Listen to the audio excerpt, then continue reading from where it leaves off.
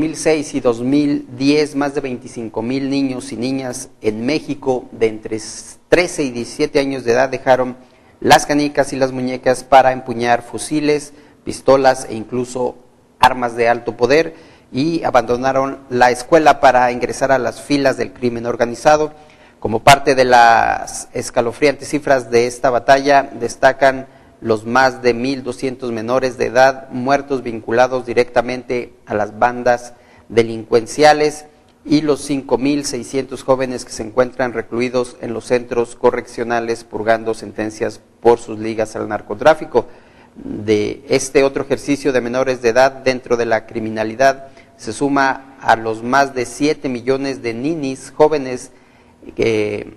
ni estudian ni trabajan y a los varios miles de viudas que arrojaron los más de 40,000 muertos de la guerra del gobierno federal contra el narcotráfico y el crimen organizado. Y el tema de transporte de carga allá en Tijuana se manifestaron en contra de la tardanza en los cruces fronterizos, pues pasaron de 2 a 5 horas las revisiones por parte de la aduana estadounidense y al parecer obedece a la alerta antiterrorista en Estados Unidos. Aunque dicha alerta no es el argumento oficial de la aduana del vecino país, comentó Rogelio Vadillo Arcadia, presidente de la Canacar Tijuana Tecate, las tardanzas en los cruces se dieron a raíz del anuncio de la muerte del líder terrorista Osama Bin Laden. Fue un pretexto que se mencionó, pero no hay una justificación por la cual se den estas demoras, y lo que provoca son pérdidas a los transportistas y a las empresas al no poder entregar mercancías a tiempo, dijo este líder de la Canacar. Déjeme entrar con la información de carácter internacional. Mientras empresas de todo el mundo se esfuerzan por entrar a China, más del 60% de los titulares de las grandes fortunas dentro del gigante asiático están pensando en hacerse con un permiso de residencia en el extranjero, según un reciente estudio presentado por la consultora internacional Bain & Company. De acuerdo con dicho documento, las motivaciones principales son educar allí a sus hijos y trasladar una parte de las riquezas atesoradas en los años del boom, por si llegase a ser necesario, según expertos consultados por el periódico Reforma. Las restricciones que impone la legislación del país comunista imposibilitarían en cualquier caso una fuga masiva de capital. Ahora que las desigualdades están aumentando tanto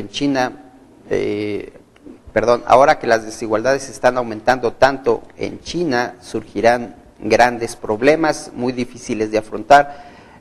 No sé qué pasará en el futuro, de modo que estoy preocupado por la seguridad de mi capital, dijo uno de los cientos de millonarios encuestados por Bain & Company bajo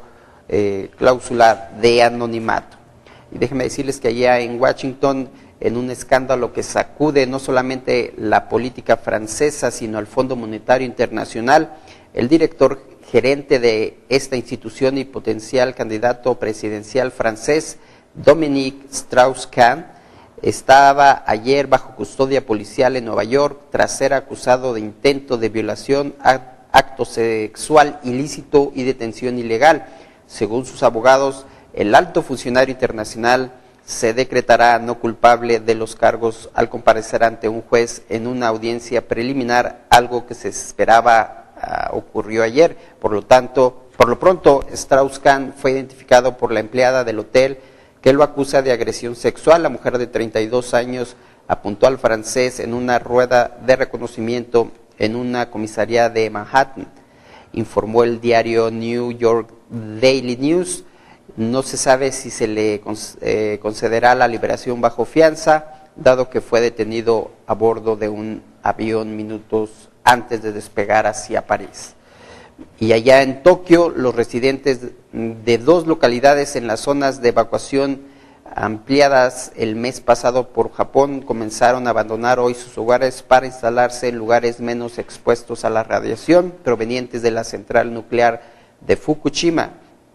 Vecinos de pueblos de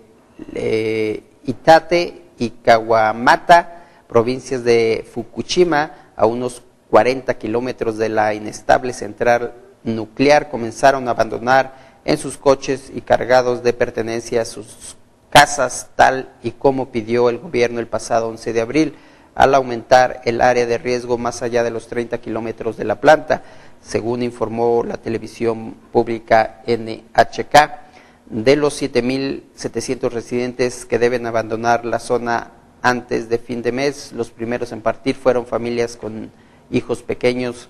y mujeres embarazadas. Y déjeme comentarle que ya en España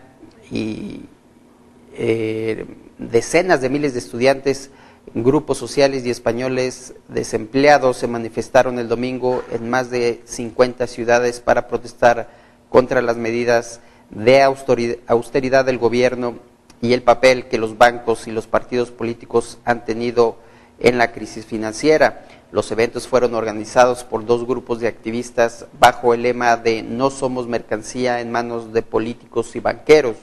Los manifestantes marcharon en Madrid desde la Plaza de Cibeles hasta el Ayuntamiento en la Puerta del Sol, muchos vestidos con camisetas amarillas distribuidas por el grupo Juventud Sin Futuro, fundado a principios de abril en la Universidad de la Ciudad y que ayudó a organizar las manifestaciones. Y por último, déjeme decirle que las autoridades guatemaltecas han responsabilizado al cártel de narcotraficantes y sicarios mexicanos, los Zetas, del asesinato de 28 labradores, entre ellos 2 mujeres, a los que mataron a balazos y decapitaron en el norte del país. El director adjunto de la Policía Nacional Civil, Gerson Oliva, señaló que los cadáveres de 26 hombres y 2 mujeres fueron hallados en la finca Los Cocos, a unos 630 kilómetros al norte de la capital guatemalteca. Según los investigadores de la Policía Nacional Civil, unos 200 hombres fuertemente armados, integrantes de una de las células de los Zetas, identificada como Z200, llegaron a Los Cocos y atacaron a los labradores. Según la Policía Nacional Civil, las 28 personas asesinadas fueron decapitadas, una práctica común de los Zetas, grupo considerado uno de los más sanguinarios cárteles de narcotraficantes y sicarios de México y Guatemala. El coronel Ronnie Urizar, portavoz del Departamento de Prensa del Ejército guatemalteco, ha indicado que decenas de militares han sido enviados a la zona para evitar que los responsables huyan hacia México. Bueno, de esta forma llegamos al final de esta primera edición de Ciudad 2.0. Agradeciendo el favor de su atención, también agradecerle a nuestros compañeros que hacen posible este programa, Víctor Silva en los controles, Luis Herrera en la cámara y Daniel Hernández con la información. Mi nombre es Jesús Hernández. Le pido también que en la tarde nos acompañe a la segunda edición de Ciudad 2.0 con Daniela Hernández. Que tenga muy buen día.